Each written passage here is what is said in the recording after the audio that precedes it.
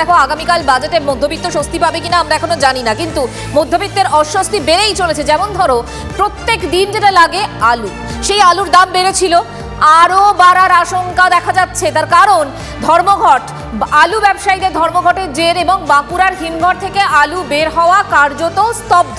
রাজ্যের বাজারে তাই আলুর যোগান কমার আশঙ্কা থাকছে। আরও দাম বাড়তে পারে যে কথা মঞ্জিরা বলল। এদিকে কেনা বেচা বন্ধ হওয়ায় সংরক্ষিত আলু নিয়ে বিপাকে পড়ছেন চাষিরা। টাকার প্রয়োজনে সংরক্ষিত আলুর বন্ড বিক্রি করতে তারা পারছেন না। দ্রুত সরকারের হস্তক্ষেপ দাবি করছে সব পক্ষ। সরাসরি চলে যাই মঞ্জিরা, আমাদের সঙ্গে এই মুহূর্তে হীরক মুখার্জি প্রতিনিধি রয়েছেন। হীরক, একদিকে ধর্মঘট, অন্যদিকে হিমঘর থেকে আলু বেরোচ্ছে না, বাজারে আকাল, পরবর্তীতে আরও দাম বাড়তে পারে। এই প্রত্যেকটা শব্দ, প্রত্যেকটা কথাই উদ্বেগের, কিন্তু এই উদ্বেগের কোনো সমাধান সূত্র আলটিমেটলি বেরোচ্ছে কি? প্রশাসনের কর্তা ব্যক্তিরা তারা নজর দিচ্ছে কি? হ্যাঁ দেখো, এটা একেবারে জেলা প্রশাসনের বিষয় এমনটা কিন্তু নয়, এটা পুরোপুরি রাজ্য সরকারের বিষয়। কারণ প্রগতিশীল আলু ব্যবসায়ী সমিতি যারা এই কর্মবিরতির ডাক দিয়েছেন, সেই প্রগতিশীল আলু ব্যবসায়ী সমিতি তারা যেটা দাবি করছেন যে তাদের আলু ভিন রাজ্যে রপ্তানি করার ক্ষেত্রে প্রশাসনিকভাবে বিভিন্ন জায়গায় যেভাবে বাধা দেওয়া হচ্ছে সেই বাধা বন্ধ করতে হবে। অর্থাৎ ভিন রাজ্যে আলু রপ্তানির সুযোগ দিতে হবে, যেটা তারা এতদিন পেয়ে এসছেন। আর সেই দাবিতে তারা এই কর্মবিরতি শুরু করেছেন। রাজ্য সরকার এখনও পর্যন্ত রাজ্য সরকারের তরফে কোনো রকম সবুজ সংকেত মেলেনি বা আলোচনার কোনো রকম প্রক্রিয়া শুরু হয়েছে সেটাও কিন্তু বলা যায় না। আমি এই মুহূর্তে রয়েছি বাঁকুড়ার একটি কোল্ড স্টোরে। আমি একটু দেখাতে চাইবো যে কোল্ড স্টোরের সামনে যে জায়গাটা তুমি দেখতে পাচ্ছ, এই জায়গায় প্রতিদিন বস্তা বস্তা আলু নামানো হয়, সেখানে আলু শুকানো হয়, তার পাশাপাশি আলু বাছাই করে এখান থেকেই আলু খোলা বাজারে যায়। শুধু আমি যে স্টোরে দাঁড়িয়ে রয়েছি সেখানের এই ছবি তা কিন্তু নয়। বাঁকুড়া জেলা শুধু নয়, বাঁকুড়া জেলার পাশাপাশি সারা রাজ্যের সমস্ত কোল্ড স্টোরেই কিন্তু একই অবস্থা। স্বাভাবিকভাবে বাজারে আলুর যোগান কমবে এবং সেক্ষেত্রে দাম বৃদ্ধির একটা আশঙ্কা সেটা খুব স্বাভাবিকভাবেই থাকবে, অন্তত তেমনটাই মনে করছে বিশেষজ্ঞ মহল। আমার সঙ্গে রয়েছেন এখানে কয়েকজন আলু ব্যবসায়ী, আমরা একটু কথা বলার চেষ্টা করব। বলছি যে আপনারা কর্মবিরতি করছেন, রাজ্য সরকারের তরফে আলোচনার কোনো আশ্বাস বা কোনো রকম সংকেত মিলছে? নমস্কার। না, আমরা এখনও পর্যন্ত সেরকম কোনো খবর পাইনি। রাজ্য নেতৃত্বের তরফ থেকে আমাদের কাছে কোনো খবর এই মুহূর্তে আসেনি। তো আপনারা কি কর্মবিরতি চালিয়ে যাবেন? হ্যাঁ, আমরা পশ্চিমবঙ্গ রাজ্য কমিটি, অর্থাৎ তারা তাদের মতো করে কর্মবিরতি চালিয়ে যাবেন। এদিকে আলু চাষি তারা কি বলছেন হিমঘর মালিক, একবার শুনে নি। চটজল এসে দেখছি আলু নিচ্ছে না, কেউ নিতেই চাইছে না। আমি তো অবাক হয়ে যাচ্ছি যে একটা জিনিস, চাষের জিনিস আমি সংরক্ষণ করে আমি বেচতে পারছি না, আর ব্যবসাদাররা কি ফিস করে কাকে কি বলে দিচ্ছে, আমাকে কোনো পাত্তাই দিচ্ছে না, আর বন্ড নিচ্ছে না। ব্যবসাদাররা আসেনি আজকে? কেউ না, ব্যবসাদাররা কেউ আসেনি। আজকে তো একদমই ফাঁকা লাগছে। অন্য দিন আলু পরে স্টোরে 50-60টা লেবারও থাকে, কাজও হয়, সুন্দর লাগে। এরকম ফাঁকাতে তো একদমই ভালো লাগে না। বর্ডারে কোনো গাড়ি আটকাতে বলা হয়নি, এবং বর্ডারে আমরা যখন যাচ্ছি তখন বলা হচ্ছে, ওসি বলছেন যে না আমি আটকাইনি। এই যে আমাদেরকে হেনস্থার মধ্যে ফেলা হচ্ছে, ওই আলুগুলো বাংলার কোথাও সাপ্লাই দেওয়া যাবে না, তাহলে আমাদেরকে আগেই বলে দিতে হতো। এদিকে ভিন রাজ্যের আলু রপ্তানিতে নবান্নে নিষেধাজ্ঞা আসতেই বেঁকে বসেছেন আলু ব্যবসায়ীরা। অনির্দিষ্টকালের জন্য ধর্মঘটে বাজারে টান পড়তে পারে আলুর যোগানে, আর তাতেই হিতে বিপরীত হলো। দাম কমাতো দূর, উল্টে আলুর দাম আরও বাড়ার আশঙ্কা। বাহাদুরকে বলবো, একতরফা বিচার না করে একটা মানুষকে সুযোগ দেওয়া। সবাই আজকে আমাদের এই পশ্চিমবাংলায় এই যে আলু একটা অর্থকরী ফসল, এই আলুটা ভিন্ন রাজ্যে গেলে তবে তো আমাদের দেশের অর্থনৈতিকটা একটু উন্নতি হবে। এ আর কি বলবো, আমরা এই জন্য আমরা নিজেরা কর্মবিরতি নিয়েছি। স্টোর খোলা আছে, মানে খোলা আছে মালিকদের, কিন্তু আলু ব্যবসাদাররা আলু নামাচ্ছেনি। আমরা খুলে বসে আছি, মানে এমনি আমরা ডিউটি করছি। ব্যবসা বাণী ঘরে বসে থাকতে হবে, না খেয়ে পড়ে থাকতে হবে। আর কি করবে?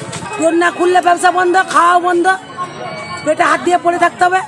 যার কাছে স্টক মাল হবে ওর কাছে কিনতে হবে, বেশি দাম দিয়ে কিনতে হবে, বেশি দামে বিক্রি হবে, বন্ধ হয়ে যাবে ব্যবসাটা। চাষিরা বিষ খেয়ে আত্মহত্যা করছে, সেই পথ ছাড়া আর কি আছে চাষি? তারা আত্মহত্যা করবে। আর নাহলে সরকার বাহাদুরের কাছে আমাদের আর্জি রয়েছে যে আমাদের যাতে আলুর দাম ভালো পায়, ব্যবসায়ীদের জন্য, আমাদের জন্য বর্ডার খুলে দেয়, যাতে দাম বেশি হয়, তাতে আগামী দিন চাষ করতে সুবিধা হবে। আমরা আলুটা রেখেছিলাম, কিন্তু আলুই তো নামতে দেয়নি স্টোর থেকে। যদি তাহলে আলু কীভাবে বেচা কেনা হবে? আলুর পর এবার পেঁয়াজের কথায় আসি। পেঁয়াজের হাফ সেঞ্চুরি, মুখ্যমন্ত্রীর দেওয়া সময়সীমাটা পেরিয়ে গিয়েছে, কিন্তু দাম কমার কোনো লক্ষণ নেই পেঁয়াজে। নির্দেশ পালনে ব্যর্থ প্রশাসনিক কর্তারা। বাজারে বাজারে যে এতদিন ঘুরলো টাস্ক ফোর্স, তাহলে তারা কি করলো? আজকে পেঁয়াজের দামটা কত যাচ্ছে? আজকে পেঁয়াজ 50 টাকা। কতদিন ধরে রয়েছে পেঁয়াজের 50 টাকা কেজি? দিন 15। পেঁয়াজের দামটা মানে এতটা বাড়ার কারণটা কি? বাইরের স্টেটে মাল আসছে না, কম। আমরা 40-45 কিনছি।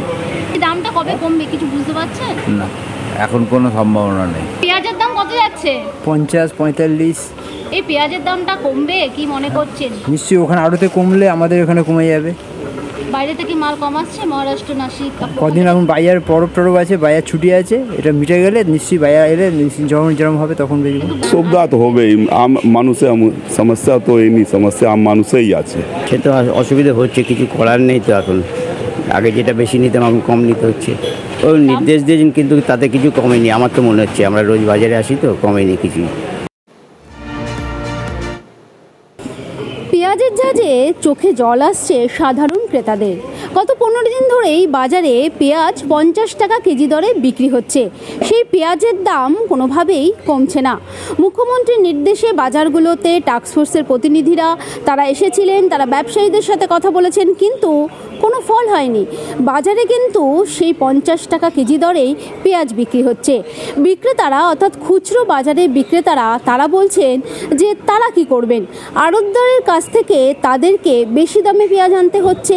এবং তারা যেটা বলছেন যে মহারাষ্ট্র বা নাসিক থেকে যে পেঁয়াজ আসছে, অর্থাৎ পেঁয়াজের যোগানটা কম রয়েছে, সেই কারণেই পেঁয়াজের এই দাম বৃদ্ধি হয়েছে। তবে পেঁয়াজের দাম কবে নিয়ন্ত্রণে আসবে সে বিষয়ে কিন্তু এখনও স্পষ্টভাবে বলতে পারছেন না বিক্রেতারা।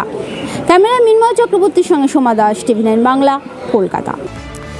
আলুর দাম হোক বা পেঁয়াজ, দাম কোনোভাবেই কিন্তু কমছে না। এদিকে বাজারে বাজারে টাস্কফোর্সের নজরদারি তো রয়েছে, তারপরেও বাজার দরে হ্রাস টানা যাচ্ছে না। কিছু কিছু বাজার থেকে অভিযোগ উঠছে যে টাস্কফোর্সের আধিকারিকরা চলে গেলেই চড়া দাম হাঁকাচ্ছেন বিক্রেতারা।